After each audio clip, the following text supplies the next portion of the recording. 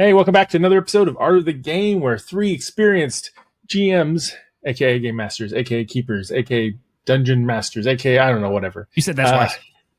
Did I say it twice? Oh my gosh. No. Okay, we have to start over.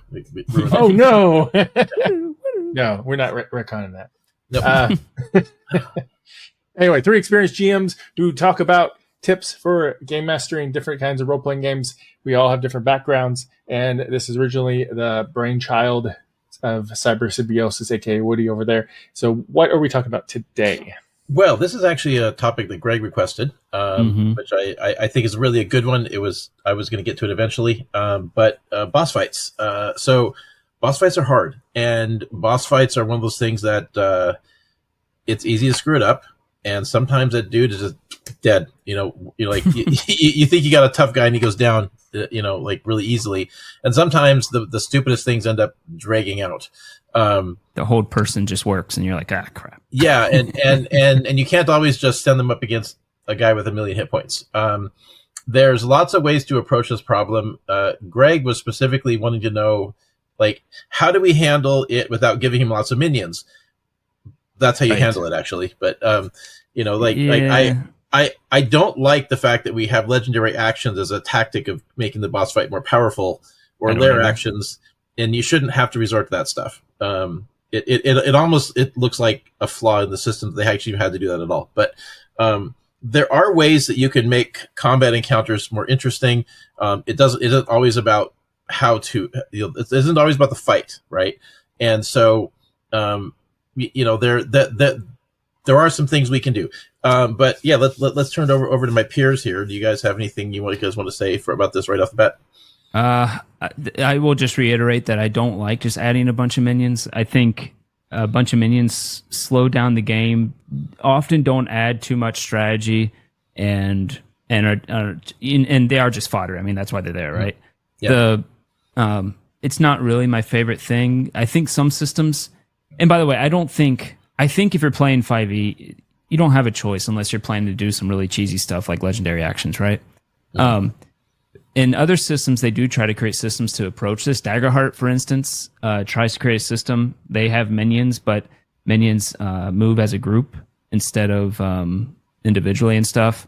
They have, and also you have a pairing of actions in Daggerheart. So it kind of works out. I know PbtA tries to fix this, not my favorite way, where whenever you attack something, it automatically attacks back. Or whenever you try to hit something, it automatically does damage back to you. Also, not really my favorite. It can. And Monster of the Week, they build it that way. And some of the other PbtA, if you do a 10 or higher, you don't. Oh, that's Monster of the Week. Yeah. And Monster of the Week, you have the advanced rules too. But I tend to like Daggerhearts the most. DC 20 still does legendary actions. I don't know. I never liked the idea that if I were making my own system, I'd probably make it so I probably would copy Pathfinder 2 or DC 20 where you have a certain amount of actions. And I would probably make it so the main baddie is purely reactionary in its actions, where it just spends its actions sparingly rather than all at once on its turn, right? Something like that. But I don't know. I don't know another way in 5e other than just adding minions.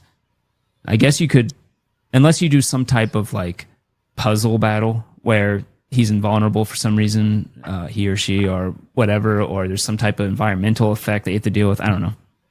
Well, yeah. If you don't mind me jumping in to respond to this, Greg. No. The basic problem with the boss fight or any combat encounter really is what's come to be known as the action economy, right? Mm-hmm. It used to be the kind of that thing that we all just kind of discover, as a game master, that if your players can take 5 actions in a combat round, and the enemy only gets 2 because it's just one guy, right?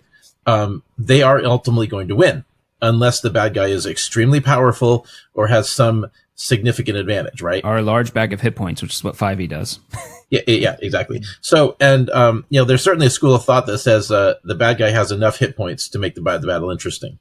Yeah. Right. Which is not necessarily the right way to do it. There's times when you kind of want to do that a little bit because you don't want it to be unsatisfying to the players. but it shouldn't be your only bag of tricks, right? And so the problem with this is like, even though I know you don't like the minion rule, but like having something to divide up their attention is necessary, right? And it doesn't have to be minions. It could be any number of things, right? Like it could be, they've got somebody up here who's in a trap and they're going to kill him if you come after him, right? Like like the girlfriend needs to be rescued. She's hanging here. Maybe somebody be go trying to deal with that situation. Like if like that boss fight you did for us for Star Wars, where we were fighting against that dark Jedi person, Force user, and they had mind controlled all of our allies, right? Perfect, right, Greg? Like that's a good solution because you don't want to kill those guys, but they're trying to kill you, right? And so like it split our actions, because if I'd been able to focus on just on that dude while everybody else was focusing on that villain, or girl actually, but that villain, right? Much different situation, right? Because I had to split off and deal with this other problem that I was uniquely tailored to deal with.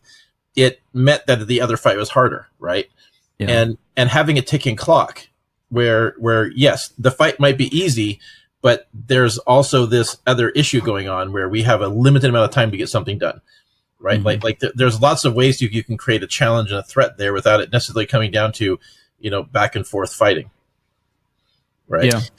Yeah, I think kind of along the lines you're talking about, like one option you can do is in Mutants Masterminds, they have minion rules. They also have Rabble and Mithras, whatever. They're a bunch of opponents with less hit points. They're there to soak up some damage and distract, which we see all times in martial art movies and whatever, right? So that's something you could do to distract. And then also in Monster of the Week, it's big about having a vulnerability that if you don't know the vulnerability, defeating it's going to be extremely hard. So there is a puzzle part in there, and they usually have a lot more harm capacity or hit points. Also, like in The Witcher. Yeah. And which in Supernatural, the early seasons were like that. They're learning how stuff worked.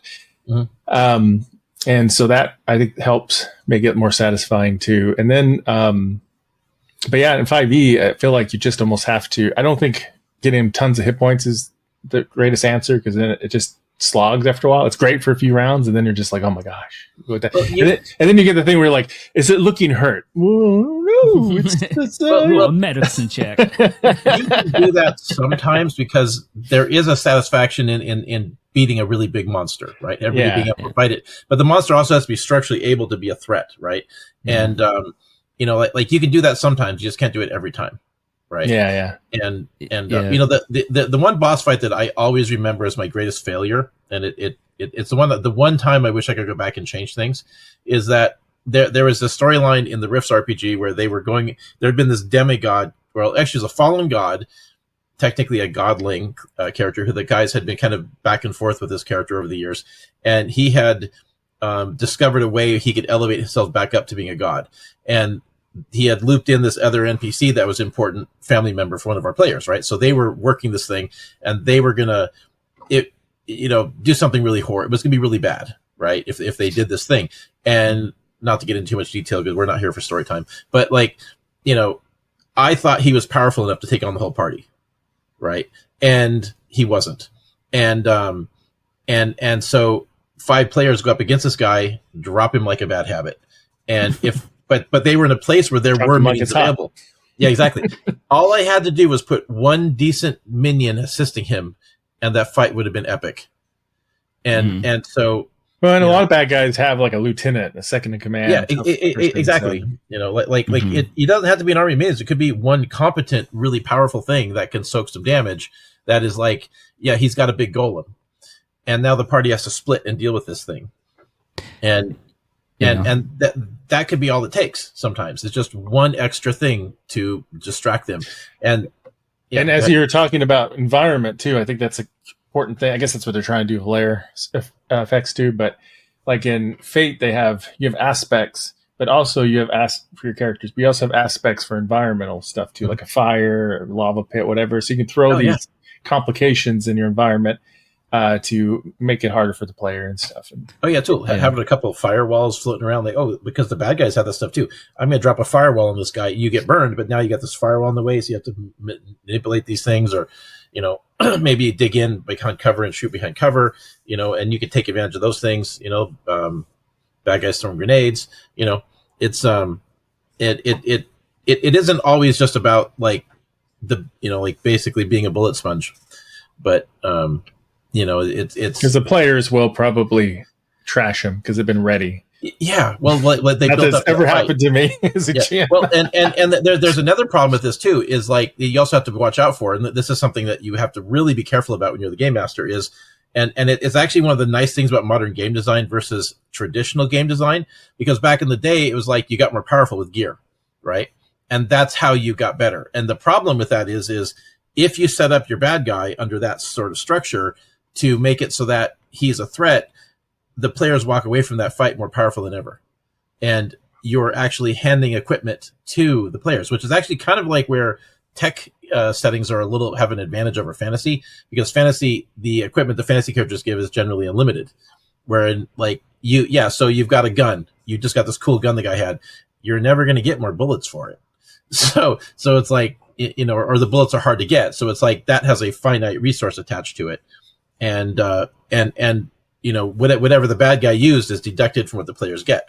But it's like that is something you really have to watch out for. You'd have to have magical weapons or items have charges, limited charges. Yeah, it could be. But that's something you really have to watch out for, because the bad guy's abilities, if they're drawing from magic items or equipment he's got, all you're doing is gearing up the players. So you have to also think about not only what this bad guy has, but do you want the players to have that item when the fight's over, right? And to say, the item breaks when he dies, that will piss off your players. So you just much. Curse them, curse the items. Well, and that could be, and there's also a fun twist too. That's actually a good point. What if the bad guy was never actually the bad guy? He just appeared to be. I love that twist. And maybe the artifact he had is what made him bad. I mean, quite frankly, players usually don't think too deeply into that. But if you can pull that off, that's a great plot twist. They actually did that in the in the game The Bard's Tale, where it turned out all the bad guys that you were defeating throughout the whole course of the game were actually the good guys that were trying to contain the real villain. And then you have to go deal with the real villain and deal with the repercussions of your own actions. Man, I love that stuff, because that's another way to, like, you can have them bowl over the bad guy, and then the twist is they were killing the good guys the whole time. That is beautiful. That's crazy.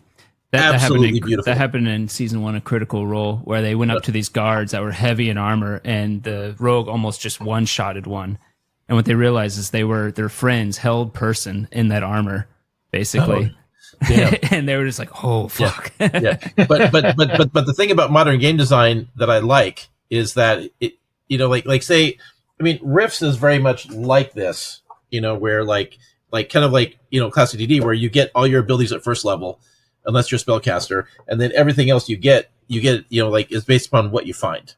Or what skills you get. Whereas in modern games, you have a lot more games where you get abilities as you level up. Yeah. And each level, mostly you get something new. And so, you can lean more on that stuff now than you ever could in terms of how the games are. And that kind of handles some of that problem. But you still have to hand out, the bad guy still needs stuff. And so, you know. I still go back to my fundamental problem that I've always had with 5e is that high levels is just giant bags of hit points for players, for enemies. The damage doesn't scale with the hit point total in my view usually. Yeah. And maybe it should, but it's what I don't like, and it shows when you get to boss fights, because you do have to have minions, you do have to have environment. Mm-hmm. At one point, I just wanted this bad guy to walk through, not even bother running, walk through and just romp the players, to teach them a lesson, not like to kill them, but like to say, like, here's a guy you're going to have to fight for a long time, right? Like, this is the big baddie who did wrong to you, and now you're going to go through a campaign. Except they almost killed him because it's 5e. Well, and it's just, what level was he? What level was he? He was a pit fiend, and they were level 6. It's not 5e, Greg. It's RPGs. Because what you're describing is the classic complaint that every game master has had since the beginning of time. It's not the game you're playing, it's the nature of the game. They're all like that. It's always like that. Well, no, I think there's a way to get around it. But like you said, the biggest issue in my view is they're getting 5 turns to his 1 turn. Yeah. I would probably, thinking about it more, I might try it actually as like a house rule of 5e. instead of giving him an action, just give him all legendary actions, right? That he can split up at however he wants throughout the turn, basically, because he's a boss fight. And you can narratively justify it in general. So, especially if you're just doing like legendary actions are never like I do my 3 attacks, right? They're always like do 1 attack and stuff like that. Yeah. So, I might try that next time and see how that goes, because that might be enough to really make a single boss person seem threatening. Because it's not even that they're not threatening; it's just that they don't seem threatening. Part of the issue with this that you're also going to run into is that unless they stumble upon to a fight that they didn't see coming, or they should have seen coming and they didn't. Yeah. Like my game last Saturday, the guys were like, "There's 8 demons here. That's not fair. You're in a dungeon, and the entire point of the dungeon was full of devils." Yeah, and you guys are surprised. So, but like the thing is though, is that like if you have a big bad in your campaign, and the players know he exists, and ultimately they know that they're going to come into conflict with this person. The reality is they're spending the entire campaign to some degree preparing for that fight, right? And so, in all likelihood, your players are going to be over prepared. And you as a game master cannot fully know what they are planning, or even how prepared they actually are. Like to a degree, you just won't know, right? Ahead of time, yeah. And really, you shouldn't. And you shouldn't. Like there's reward something good planning. Yeah, exactly. Like at my last game, going into it, one of my players, I can't remember what he said, but he's like, we stopped at that. Like, okay, we're this is the thing for next game, and he's like, well, blah blah blah, we're gonna do this, so that, like, let's get ready for this and this, right? And I'm like, you just committed the cardinal sin of being a player. The only real cardinal sin is you just gave your game master 2 weeks to prep for what you just said. So like, never do that, man. But it's like here's the thing, is that this is me speaking to any new game masters here, is the fact of the matter is I know Greg's frustrated with it, but that's also the facts of life, right? Like, you are going to have situations where you prep for a big bad guy, you are fired up, and you think this is going to be awesome, and then the guys drop him like a bad habit. And that's always going to happen, no matter how well you're prepared for it. And you don't steal that victory from your players. It's disappointing for you, but don't take that victory away from them, because they're excited that they beat this guy. Like, yeah, they feel awesome and powerful that they did it, and learn from it, move on, pivot, figure out a better way to do it next time. But like, let them have that victory. Yeah, don't steal that from I'm not them. too worried about that. When I said they almost killed him, I don't mean it like, oh, they got lucky. I meant actually, it wasn't even a matter of luck. It's just that you have a barbarian with great weapon master. You have 5 people doing turns. You have a guy with good armor, and he, gets up there and tanks. Most likely, a level 6 party will take a CR20 if they, have a decent bit of strategy. And that's kind of my problem with 5e. Yeah. It's like, what am I supposed to do? Put a Tarrasque after them or something? Like, it's just exactly. I don't. Beholder. I think there's better ways to do it from a game mechanic way. Is kind of my point. Well, I think that's like, if you, it's action economy we were talking about before in a different video, and if you have a wide difference in action economy, it makes a huge difference, because already if they're 5 people and they have 5 attacks, it's already a big advantage against one person. But now if they get bonus actions, they get, they're over level 5. Many of the fighters get 2 attacks. If you're a monk, you're probably getting 4 attacks. Just optimizing it, and that's huge amount of damage. Yeah, they could do, which is great.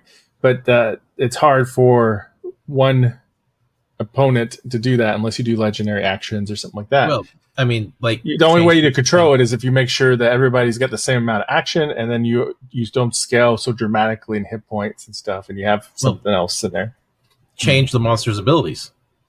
Like, they don't have to be stock. Like not every pit fiend is going to be identical to every pit fiend. Oh, I did change it dramatically. Yeah, in this case. and the guy, maybe he knows about to get into a fight. Okay, I cast haste on myself. Let's go, motherfuckers. That's, like he's, do stuff like that. And yes, that bad guy is good. Oh, damn, there's a bunch of adventurers. I will summon my friends. I mean, Yeah. I know you don't want minions, but they are like that. That is realistic. I think my minion problem, from again, I'm talking about from a mechanical standpoint, is maybe with virtual tabletops more than anything, because when you have a bunch of minions, every minion takes as long as the main bad guy does to move, right? When you're using a virtual tabletop, because you're literally going through each one, you're finding the button to click, you're clicking it, you're targeting it, right? And whereas if I'm playing off virtual tabletop, it's not as big of an issue, because I'm just like, I just take out my d20s. I'm like, oh, these 3 guys go roll 3 d20s. Greg, I'm glad you finally said that, because that was the most frustrating thing about that Star Wars game is sometimes those battles were slow and they shouldn't have been. And like I didn't. If it's a flaw in the tabletop, I like that better, because and you're right. It does make sense. It would be, because like in a table game, you go, this guy does this, guy does this, guy does this, rolls some damage. Yeah, okay, we're done. And we got some minis on the table. We're good. Yeah, I just did a Curse of Strahd. I try not to spoil in case Greg wants to play, but they were fighting. I've already read the book. Oh, okay. So they were fighting 2 druids and a bunch of blight, small blights. I can't remember what they're called. And there was like up to 24 of those small blights, right? And it didn't slow anything. They were frustrated and then freaking out, because then I would like group up like, oh, 8 of these attack you over here, and 8 over there. They're like scratching up their legs and almost killing one of them because they landed a bunch of hits. But they don't deal a lot of damage. Yeah, I can go so much faster not using virtual tabletop. And even with virtual tabletops now, I started going faster by just not using the when I do minions and stuff, I don't use the roll, like the inbuilt systems to do the rolls. I either roll real dice, or I just, like, you can, in Foundry, you can literally just drag from the dice tray out into the board. So I just like do that a few times and be like, and add the bonus in my head because it's faster. And that's way faster now. I actually really, maybe that's where all this, my anti-minion thing comes from, is just all from virtual tabletops, now that I think about it. Well, I mean, I personally think that minions are one of the best ways to handle these boss fights, because like no boss, right, would be ever stupid enough to fight against all these players by himself. Somebody to boss around. He's not a boss. He's just unless he's just stupid and arrogant, or because the funny thing is, like, his buddies are like, yeah, go get him, you can do it, boss, and they standing back waiting for him to be killed so that they can take power. Like that scenario, that is way more plausible. But like, yeah, I mean, like these guys, and I mean, like the boss guy who's powerful doesn't want to get into that fight, but if he does, he's going to be prepared. Unless he knows he can easily win. Yeah. Well, there's another aspect of this too that also, like, the GMs should be using to their advantage, is the fact that the players are hyping up for this fight. They know it's coming. They're over preparing, but ultimately they don't really know how tough that guy is, and they don't know what they're walking into, and they are going to tend to be a little cautious, right? But they're also going to want to go in with their big hits right off the bat, right? And so you can also have the thing where, like, they go in with a big hit, and that they waste their big gun shot right away, because they think they're going to be like, oh, let's throw this fireball, let's throw this disintegrate, let's do our big spell slots right away, and let's mess this guy up.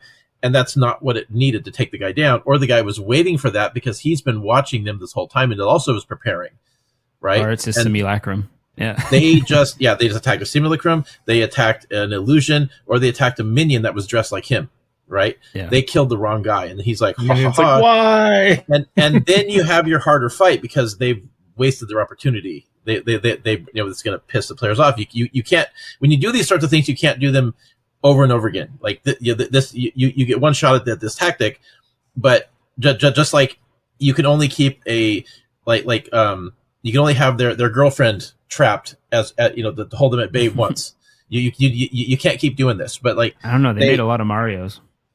That is true, but that's fair. But that's I don't have a response to that. But like, it doesn't work in an RPG context. No, I agree. And if you do that, by the way, it's best to give them a chance to figure it out, right? Yeah. Even if it's a hard chance, even if they probably won't get it, at least they'll be able to look back and say, oh, that explains that thing. Yeah, and there has to be something about it where they can actually go off and try to rescue her, because all the bad guy doesn't necessarily want her to die. It's like, it's a threat. It's holding them off. because he knows that doing that means that, oh, well, she's slowly falling into the the tank full of sharks with laser guns, and obviously two of you have to go try to rescue her, and that's a tense moment, which means the other three, he can deal with the other three more easily, right?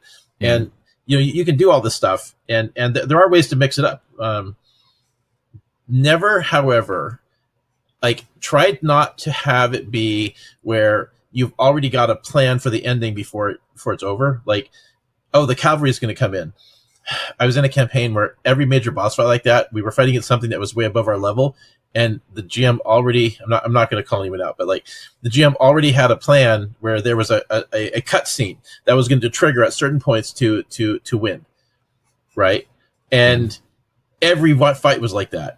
I've seen that too. Yeah, so frustrating. Don't try not to do that. And there's another thing too. If environmental factors play into winning, because if you're have your players fighting something that they actually can't win, it's a big dragon, they're not able to beat this dragon, right? But there's some environmental factor in the terrain conditions which can alter the conditions for them. You have to make sure that they're able to spot that, because the thing I always tell people is if you have a puzzle, there's only one solution to the puzzle. They will never find it.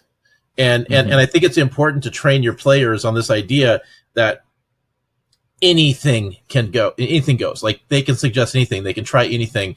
They get them to be creative with new ideas. And you're going to find them being, if they're always just, okay, we just have to do hit point damage, that should not always be the thing. But if they're doing that all the time, that's because you've trained them to think that way. And you need to get the idea oh, wait, we can wrap him with a chain and we can attach this chain to a car and drive the car off and he gets yanked away. They should be thinking like that. Yeah. Misty step with a immovable rod. Yeah. Or okay, Thor's hammer, thunk. But you want your players thinking creatively like that, because when they do, it's actually going to make it. They will essentially solve your boss fight problem for you to a degree. So even though 5e does lend towards slogfest with lots of hit points, don't do that. Well, basically, D&D always has done that, though. I know, that's what I'm saying. It's been like that since day one. Don't depend on that. Actually find other things that make the fight interesting. Whether they have to rescue someone mid-fight, there's a puzzle mid-fight. There's environmental things and then yes, of course, minions, but don't use virtual tabletops unless you're good at making it fast somehow. So getting back to this fight we keep mentioning in your Star Wars game in the warehouse, we come back to this, but you had the crane, Greg. We could have got into the crane and tried to grab I think we even did. Somebody may have even tried that, and there was also an auto turret. We could have turned the turret on the person, It's all these things like that. Yeah. We're there. Yep. That was before you joined up, right? Yeah. That was when I was still using these miniatures instead of a virtual tabletop. Yeah, before Marks was with us. But I was thinking the main end battle. I'm I didn't know that was different. Yeah. Why don't I remember this? I have no recollection of this. What the hell? I was just nodding. I remember that. Yeah. Oh yeah, totally. No, it would have been way easier if you were there, because you would have been impervious to the Force. So he was playing a Mandalorian droid. So yeah. Yeah, droids are immune to the influence, I think, but not to the physical. Well, yeah, but I mean, like the psychic stuff. They're they're not going to be affected by the psychic stuff. So, anywho, I think we've killed this one. I think so. All right, it's been a little disjointed, but I hope we had good advice that we handed out. So yeah. Oh, so what do you guys think about boss fights? Do you have any tips or tricks you want to share? You can go in the comment section and share that there. Don't fight this guy if you can help it.